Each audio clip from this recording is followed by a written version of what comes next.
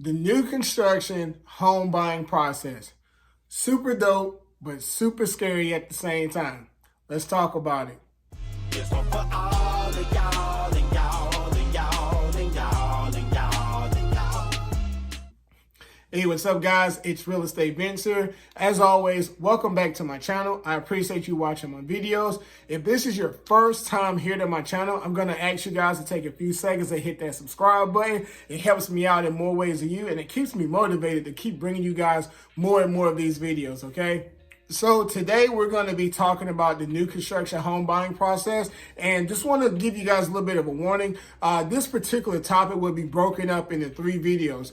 Today I'm going to concentrate more so on the process, and then in my next video I'm going to concentrate on some of the pros, some of the cons, and some of the things that you should look out for during the home buying process when getting new construction. And then lastly, I'll talk to you as to whether or not you should use a real estate agent when buying new construction. So exactly what is the new construction home buying process? Well, let me kind of give you guys a summary of what it is if you were to buy a resale. A resale basically means you're buying a home that already exists, okay? So you find a property, you put in an offer, you go into contract, and then you go through all of your inspections, okay? You got to get the appraisal. Once the inspections are done, you come back and you negotiate those repairs. Depending on the property, you're probably going to get a survey as well. Now, that's great. That's awesome. So many eyes are on the property, but you can buy that home and a week from now, a month from now, or a year from now, you could find something wrong with the home that you didn't see before. And depending on what it is, it might cost you a pretty penny. Okay. Now, that can also happen with new construction, but the risk of that happening is greatly reduced, all right? So when it comes with new construction, just like with a resale, you want to already come with a pre-approval, because a pre-approval will let you know whether or not you can afford the property that you're trying to get. When you go with new construction, they're going to ask you to go with their lender. Many builders have their own preferred lenders, and a lot of them give discounts or other incentives if you decide to finance the property with one of their preferred lenders. As a real estate agent, I tell you to do whatever it is you want to do. See what they offer, and if it's better than the pre-approval that you already have, then by all means, go use one of their lenders, okay? So you see a property that you like and you decide to put in an offer. Just like with the resale process, they're going to ask you for an earnest money deposit. And it's basically you putting money down saying, hey, this is my property. I'm owning this property. Okay. So you go into contract and now you got to wait on the house to get built. Well, how long does it take? And that depends on when you sign the contract. There are different phases for each house, and it can take anywhere between 2 weeks to 6 months to build a house. If you go on the contract and the only thing that's there is just the dirt, you're looking at about 5 to 6 months.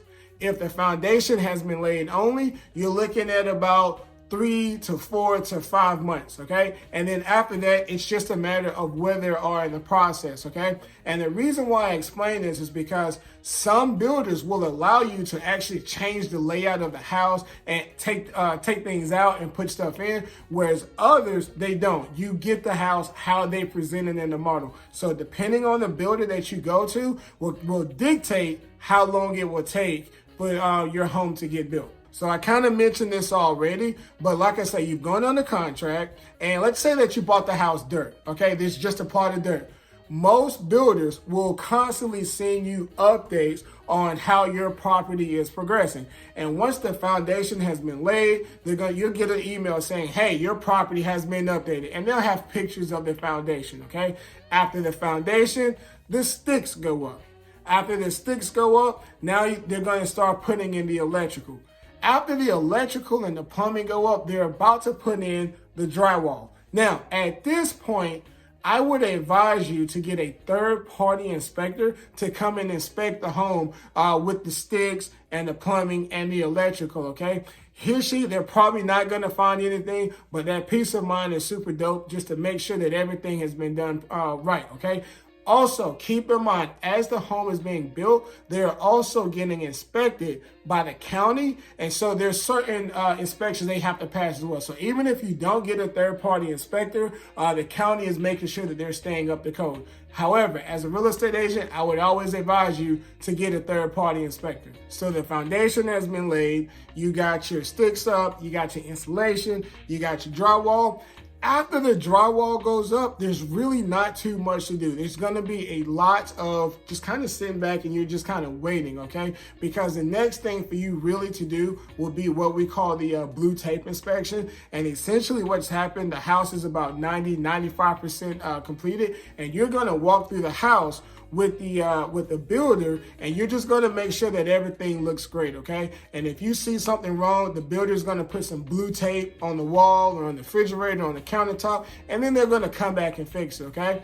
Now, also, at this point, I will highly recommend that you get that third-party inspector again and have him or her come and inspect the property, because the builder, he may be a good person, she may be a good person, they may be good people, but at the end of the day, they want to sell that house and move on to the next unit. So if you miss something during the inspection, they may miss it as well, whether it be intentionally or unintentionally. However, that third-party inspector is there on your behalf, and he's going to make sure that he goes through that property very thoroughly, okay? So once he goes through the property, he's going to give you the report, and we're not even going to go through the report and say, hey, this is what we want to be remedied. We're just going to give the entire report to the builder, and they're going to say, okay, cool, no problem. And they're going to go out there and they're going to remedy everything that the inspector saw, and then we're going to do a final walkthrough just to verify that everything is done.